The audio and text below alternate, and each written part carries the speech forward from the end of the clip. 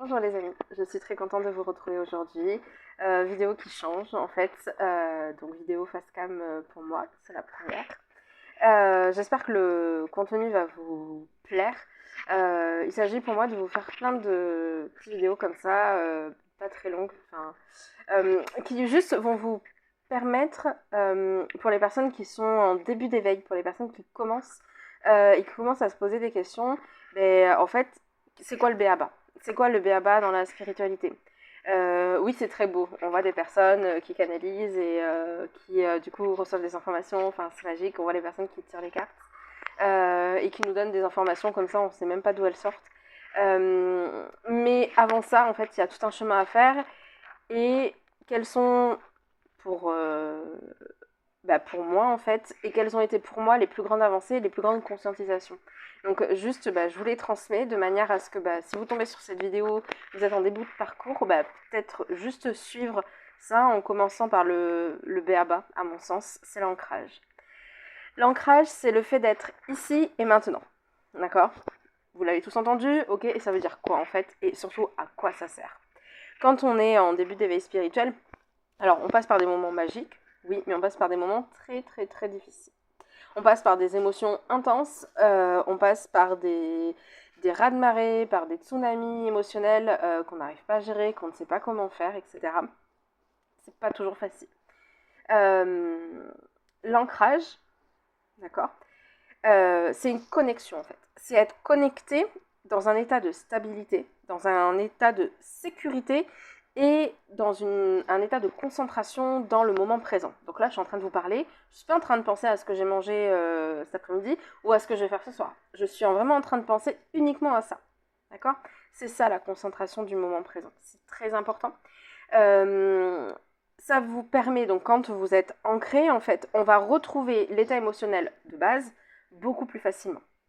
Ou on va trouver, alors, une solution qui va nous permettre de libérer l'émotion qui nous submerge. Tout ça grâce à cet ancrage, grâce à l'ancrage. D'où l'importance d'être bien ancré. Comment on sait quand on n'est pas ancré? Il y a plusieurs possibilités en fait qui vont faire que vous n'êtes pas ancré. Fatigue, grosse fatigue. Réaction comme ça, là, du tac au tac, vous savez, la réaction de base en colère, on va être très en colère. Sentiment d'insécurité, d'instabilité. Je le vois parfois en consultation avec des personnes qui ont des peurs financières ou qui financièrement sont pas à l'aise et sont pas stables en fait. Et du coup, on sent que on perd pied en fait. C'est ça. Donc à partir du moment où vous avez cette sensation de perdre pied ou de ne pas être dans le ici et maintenant, c'est possible aussi. Hein. Moi, ça m'est arrivé de dire je suis à côté de mes pompes. Effectivement, j'étais complètement pas ancrée, d'accord? Il y a ça. Donc voilà, l'ancrage, ça va vous permettre ça, en fait. Ça va vous permettre de pouvoir réagir, de pouvoir trouver une manière de sortir de cette situation en lisant dans laquelle vous êtes. Ça va vous permettre d'avoir assez d'énergie. Posez-vous la question, si vous vous réveillez le matin et que vous êtes fatigué, bon, si vous avez dormi 2 heures, c'est normal. Mais si vous avez fait une nuit complète, ce n'est pas normal, c'est peut-être que vous n'êtes pas ancré.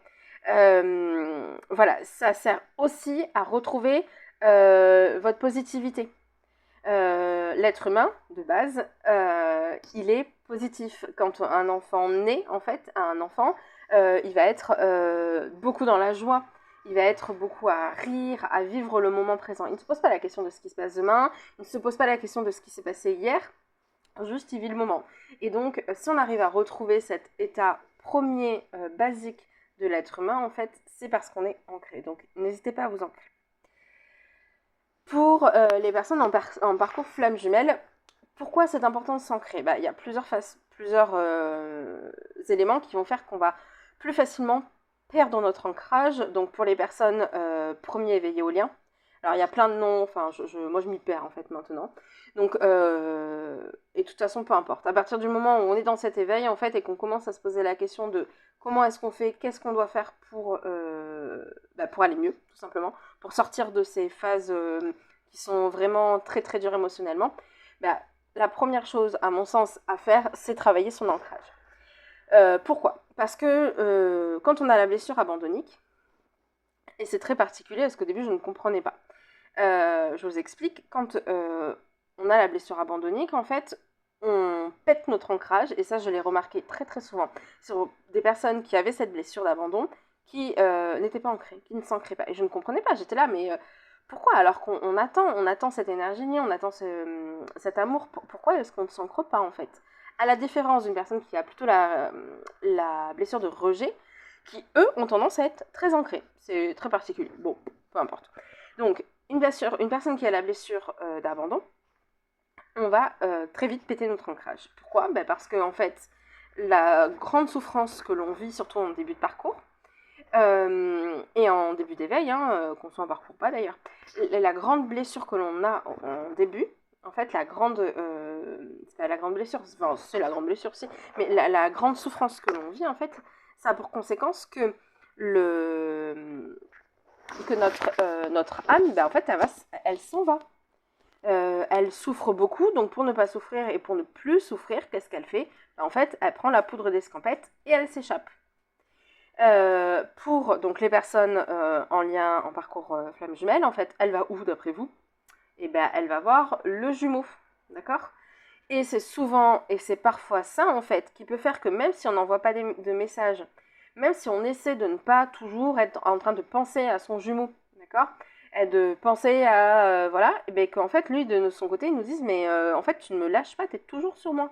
C'est pas forcément, vous en tant que personne, et c'est pas forcément conscient, mais il se peut que l'âme, en fait, se soit barrée et soit, en fait, sur lui en train de l'étouffer, tout simplement. Ça peut être une des raisons qui explique pourquoi des fois on se fait enguirlander par notre jumeau à nous dire ah tu me saoules, t'es toujours sur moi. Bah non en fait, je fais tout pour éviter et pourtant voilà. Voilà, donc le fait de récupérer donc son âme et de bien s'ancrer, de bien être ancré à la terre et bien être ancré à votre corps, au corps physique dans lequel on est, du coup ça nous permet en plus, alors je l'ai dit, mais surtout sur le parcours flamme jumelle, on a un grand nombre, enfin on a quand même un travail colossal à faire sur nous-mêmes. On ne peut pas le faire si on n'a pas d'énergie. Enfin, on ne peut pas comprendre ce qui se passe, ce qui s'est passé, comprendre pourquoi, comment, etc. Parce qu'on en a besoin en fait. On ne peut pas avancer sur qui on est, sur qu'est-ce qu'on est venu faire, sur pourquoi est-ce qu'il s'est passé ça, pourquoi on accepte ça, pourquoi on vit autant de souffrance par rapport à ce parcours, ne serait-ce que ça en fait.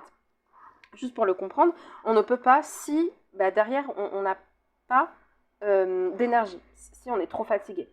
Et le seul moyen que l'on peut avoir de retrouver notre énergie, c'est d'être ancré, et à chaque fois qu'on va dormir, l'ancrage, ça va nous permettre de récupérer de l'énergie comme tout le monde.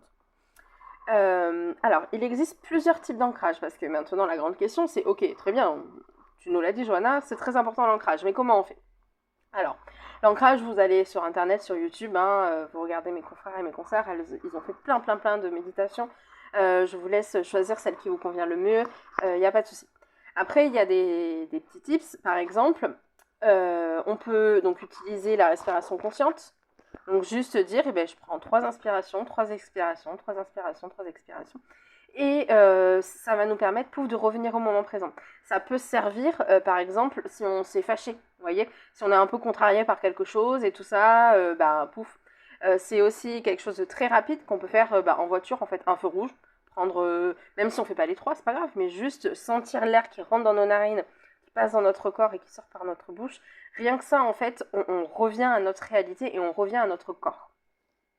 Il y a aussi la notion aussi de se mettre pieds nus, donc c'est pour ça que très souvent c'est important, enfin, ça peut être intéressant et on peut avoir l'envie de marcher pieds nus.